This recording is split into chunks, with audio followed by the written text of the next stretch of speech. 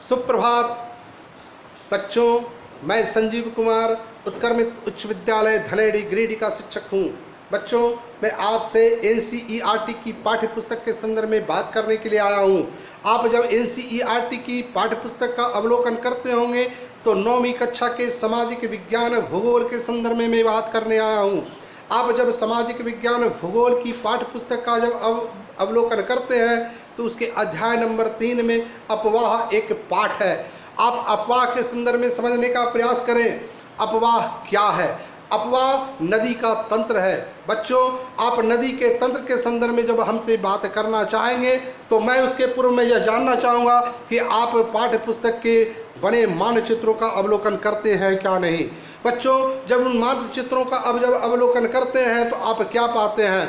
जो नदी के भारत के जो तंत्र हैं, जो नदी के जो हमारे भारत में क्षेत्र हैं, वो 2 भागों में बांटे गए हैं। बच्चों, यह नदी के तंत्र के संदर्भ में जो हमारे 2 भागों में बांटे गए हैं, वो पहला है हिमालय से निकलने वाली नदियों का क्षेत्र है, वो भाग है, और दूसरा जो है हमारे प्रायद्वीप क्षेत्र से निकलने वाली नदियों का जो क्षेत्र है, वह दूसरा भाग है।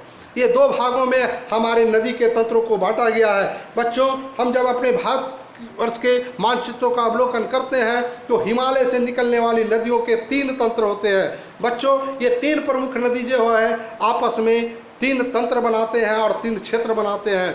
बच्चों, जब हम इन नदियों की बात करते हैं तो सबसे बड़ा जो हमारा विशाल तंत्र है, जो हमारा विशाल क्षेत्र है, वो गंगा नदी तंत्र है। बच्चों, यह पहला गंगा नदी तंत्र हुआ। दूसरा होता है ब्रह्मपुत्र नदी तंत्र। तीसरा होता है जो हमारा है सिंधु नदी तंत्र। इन 3 तंत्रों के बारे में मैं तो बात करूंगा ही, लेकिन आप एक चौथा जो तंत्र है प्रायद्वीप के आने वाली नदियों का तंत्र, इस 4 प्रकार के तंत्र के संदर्भ में पूरे भारतवर्ष में ये फैले हुए नदियों के तंत्र हैं। इन संदर्भ में मैं आपसे बात करना चाहता हूँ, आपके पाठ्य पुस्तक का अवलोकन कराना चाहता हूँ। बच्चों, जब आप इन मानचित्रों को आप जब देखोगे आप क्या पाओगे? आप सिंधु नदी तंत्र का जब अवलोकन करते हो तो इसमें कौन कौन सी नदियाँ मिलती है और आपस में मिल करके एक तंत्र का निर्माण होता है, यह सिंधु नदी तंत्र कहलाता है। और सारी नदियों मिल करके जा करके अरब सागर में प्रवेश कर जाती है। बच्चों, इस सिंधु नदी में जो मिलने वाली ब्यास, सतलज, अन्य जो नदियाँ हैं इस पर आकर के मिलती हैं और ये अरब सागर में प्रवेश कर जाती है, तो सिंधु नदी तंत्र हुए। बच्चों, दूसरे जो सबसे बड़ी हमारे जो तंत्र है हिमालय से निकलने वाली गंगा नदी का निर्माण कैसे हुआ? बच्चों, थोड़ी थोड़ी धाराओं में बहते हुए एक अलकनंदा, एक भागीरथी नदी बनी और आपस में मिल करके प्रयागराज से गंगा नदी का निर्माण होता है। बच्चों, प्रयागराज से जब निकलती है यह गंगा नदी तो आज हम जानते हैं कि हरिद्वार के पास पहाड़ों से नीचे उतरती है नदी, वहाँ से उसकी पानी की गति बहुत तेज होती है।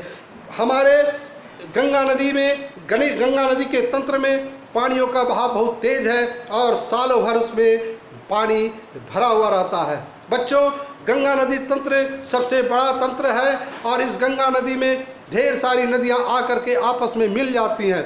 बच्चों, यमुना नदी इसकी प्रमुख नदी है जो गंगा नदी की सहायक नदियों में एक है। बच्चों, बूढ़ी गंडक कोसी अन्य नदियां आकर करके गंगा नदी में प्रवेश करती है और एक बहुत बड़ा तंत्र और क्षेत्र तैयार होता है। इस प्रकार के गंगा नदी के क्षेत्र की लंबाई भारत में सबसे ज़्यादा है। बच्चों, हम जब गंगा नदी तंत्र की बात करते हैं तो मैं तीसरी एक तंत्र गंगा से निकलने वाली ब्रह्मपुत्र नदी की बात मैं करना चाहूँगा। ब्रह्मपुत्र नदी भी हिमालय से निकलती है, लेकिन हिमालय के उत्तर तिब्बत की ओर से यह नदी प्रवेश हमारे देश में अरुणाचल प्रदेश में करती है। बच्चों, मैं यह जानना चाहूँगा कि ब्रह्मपुत्र नदी जो हमारे तिब्बत से होते हुए अरुणाचल में प्रवेश करती है, उनके नामों में क्या क्या परिवर्तन हुए हैं? बच्चों, वो आसाम से आती है और विभिन्न प्रकार की नदियां इसमें मिलकर करके एक ब्रह्मपुत्र नदी तंत्र तैयार होती है। इस प्रकार से हमारे भारत में 3 प्रमुख हिमालय से निकलने वाली नदियों के तंत्र हैं। बच्चों, मैं आपसे यह अवलोकन कराना चाहूँगा, इस 3 प्रकार के तंत्रों का आप अवलोकन करते होंगे, लेकिन प्रायद्वीपीय की तरफ जब आप देखते होंगे तो ये एक बहुत बड़ा तंत्र है, लेकिन इनके फैलाव ज़्यादा नहीं है। बच्चों, ये नदी जो हमारी द्रोण के रूप में निकलती है उसमें से कावेरी है, कृष्णा है, आप जब जाओगे आगे तो गोदावरी है, फिर आगे जाओगे आगे तो महान नदी हैं। तो इस प्रकार से ये 4 प्रमुख नदियां जो हैं जाकर बंगाल की खाड़ी में प्रवेश करती हैं। आप जानना चाहोगे कि ये जो द्रोण है, हमारी नदियों का द्रोण है, यह किस प्रकार की नदियां हैं। बच्चों, इसमें वर्षा की पानी जमा होते हैं और यह इसकी धार बहुत अस्थिर रहती है। यहाँ पानी की मात्रा कम है। बच्चों, इन नदियों की जब आप बात करते हो, अवलोकन करते हो, तो आप जानना चाहोगे कि दक्षिण की गोदावरी नदी को गंगा नदी कहा जाता है। दक्षिण का एक गंगा नदी है। बच्चों, आप गोदावरी नदी, कृष्णा नदी, कावेरी नदी, महानदी का जब अवलोकन करते हैं तो ये तो बंगाल की खाड़ी में जाती है। आप जानना चाहोगे कि प्रायद्वीपीय नदी में 2 ऐसी नदियां हैं जो आपके अरब सागर में जाकर प्रवेश करती है, वो नर्मदा और तापी नदी।